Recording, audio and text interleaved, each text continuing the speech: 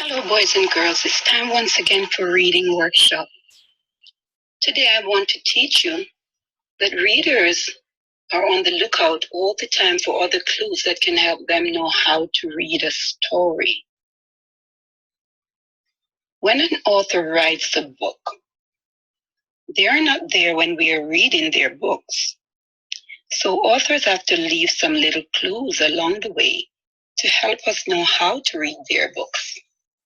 Let's do a quick review of some of the clues that we have been using to help us read over the past weeks. We have been looking at learning about the character, thinking about what they say and do, and what they like and what they dislike to help us read the books. We've also studied their expressions, their gestures, and their actions to help us know how to read the book. We also notice their feelings change, and we use that as clues to help us change our voice to read the stories. We also reread some of the things because we want to get the just right feeling of the story, because the author is not there to really tell us how to. Why did we use these clues? We use these clues to help us bring the characters to life in the stories that these authors wrote. They help us to read the words the way the author wants their stories to sound. But there are other clues to help readers read like the authors. Let's do an inquiry together. Can you guess what other clues authors leave that readers can use to bring characters to life? Think about it, then turn and talk with someone at home, then come on right back. What are clues that authors leave that readers can use to bring characters to life in the story?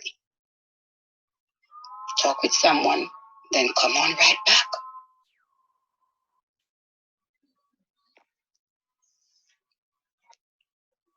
Now that you're back, I'm sure you said some of these things, some of these clues. And if you said some of these clues, then you're right. Of course, some of the main clues that authors leave to help readers to read their stories are punctuation marks. We could find punctuation marks at the end of stories. We can find them in the middle. And some other special things that we can look for are special prints, like bold prints, italic, capitals, and we can look for dialogue tags and pictures. These are some of the clues that can help readers know how to read books. Let's see if we could put some of these clues to work. I'm going to try out how does any of these clues here help me to read this little short passage. So these are sentences from the story Mr. Potter and Tabby Drop the Ball.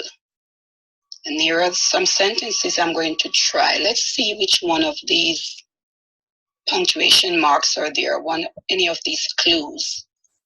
So here we have a question mark. Here we have a period. And here we have some quotation marks. Now the period, we use it when we want to make a full stop in our reading. We use the question mark when we are asking a question. We want to sound like the character in the story who is asking the question. Sometimes there's an exclamation mark, and that means we're going to get excited on that one and exaggerate a bit. And the dialogue tags help us to know when there's a conversation going on between two characters in the story. Now, the bold prints makes us know that we have to put some emphasis or to exaggerate a bit on the words. Let's see which one of these are in this part. So the question mark is there, the period, and then there are dialogue tags. That's for the conversation. So that will help me know how to read this. When I get to a question, I have to ask it as if I'm asking someone a question, like I'm the character in the story. When I get to a period, I have to come to a full stop. When I get to a comma, I have to pause a little bit. So now listen to me read. Watch me. Will my niece feel young on the team? Asked Mr. Potter.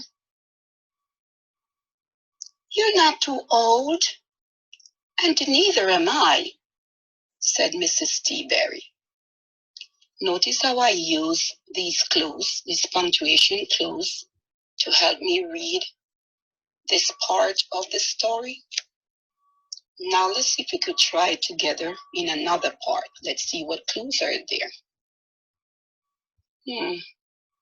There's one, exclamation marks. And there is these three little dots that we call ellipses.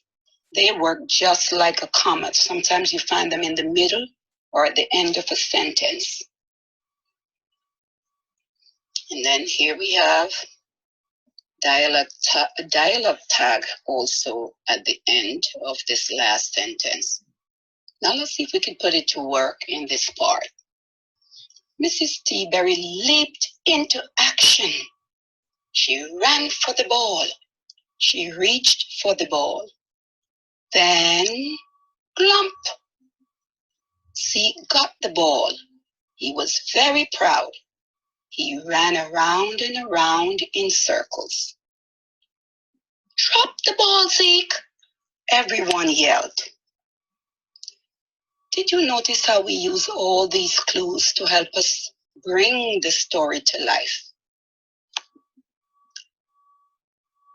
That's why authors don't have to stick around to help us read their stories, because they leave these clues to help us, the readers, read their stories and bring them to life. Now is your time to practice in your books. Readers have to look out for clues to help them know how to read a story. Remember to read at least 3 books on my own or Raz Kids. And most of all, boys and girls, I want you to enjoy reading.